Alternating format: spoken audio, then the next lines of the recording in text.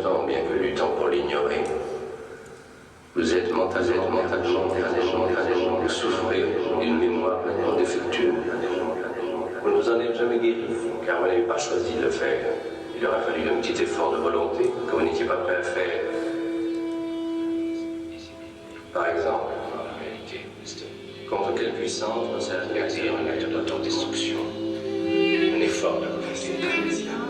Vous rappelez-vous avoir noté dans votre journal, la liberté, c'est la liberté de dire que 2 et 2 font 4.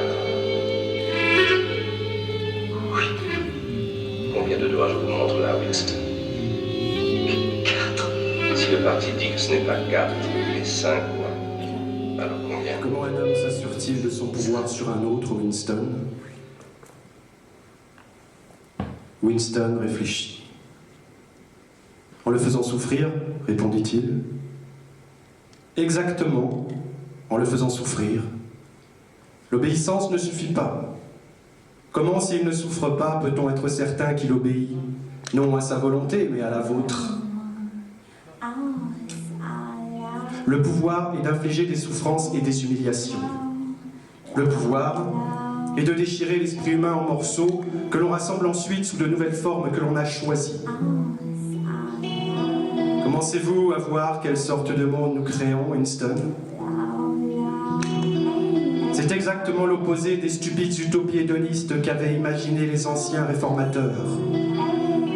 Un monde de crainte et de trahison, de tourment. Nous détruirons tout le reste. Tout.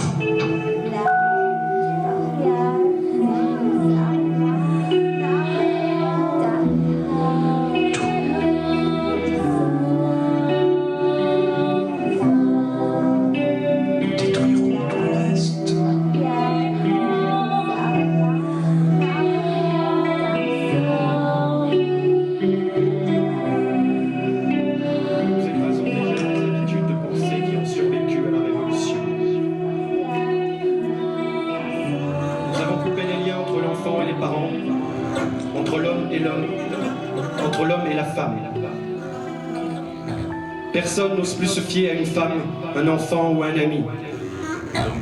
Mais plus tard, il n'y aura ni femme ni ami.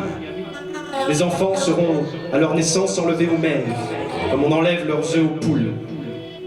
L'instinct sexuel sera extirpé. La procréation sera une formalité annuelle, comme le renouvellement de la carte d'alimentation. Nous abolirons l'orgasme. Le neurologiste n'aura plus de loyauté envers le parti. Il n'y aura plus d'amour que l'amour éprouvé pour Big Brother. Il n'y aura plus de rire que le rire de triomphe provoqué par la défaite d'un ennemi. Il n'y aura ni art, ni littérature, ni science. Quand nous serons tout puissants, nous n'aurons plus besoin de science. Il n'y aura aucune distinction. Combien de doigts?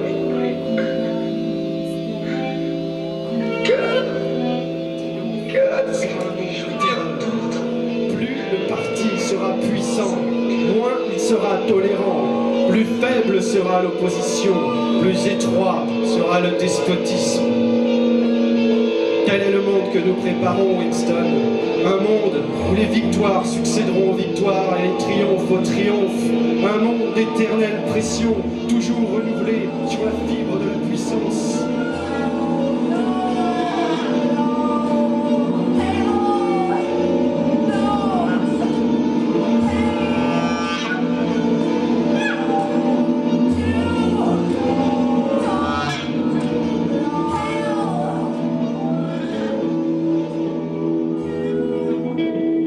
Winston avait suffisamment recouvré son sang-froid pour parler. Vous ne pouvez pas, dit-il faiblement. Qu'entendez-vous par là, Winston? Vous ne pourriez créer ce monde que vous venez de décrire. C'est un rêve impossible. Pourquoi, Winston? Il n'aurait aucune vitalité. Il se désintégrerait. Il se suiciderait. Erreur, Winston. Vous avez sous l'impression que la haine est plus épuisante que l'amour. Mais pourquoi en serait-il ainsi? Et s'il en était ainsi, quelle différence en résulterait? Supposez que nous choisissions de nous user nous-mêmes rapidement. Supposez que nous accélérions le cours de la traîne de telle sorte que les hommes... Pouvez-vous comprendre, Winston, que la mort de l'individu n'est pas la mort? Le parti, Winston, le parti est immortel.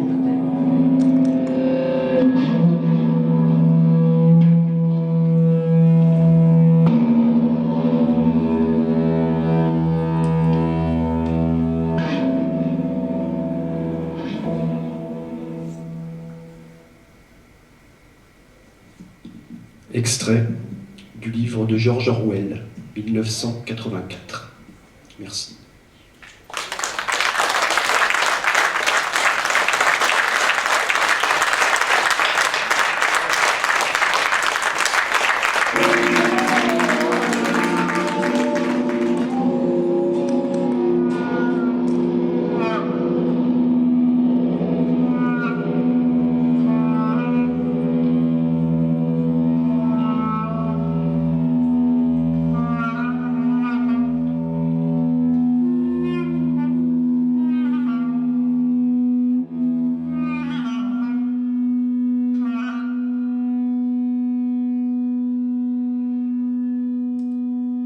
Winston avait suffisamment recouvré son sang-froid pour parler.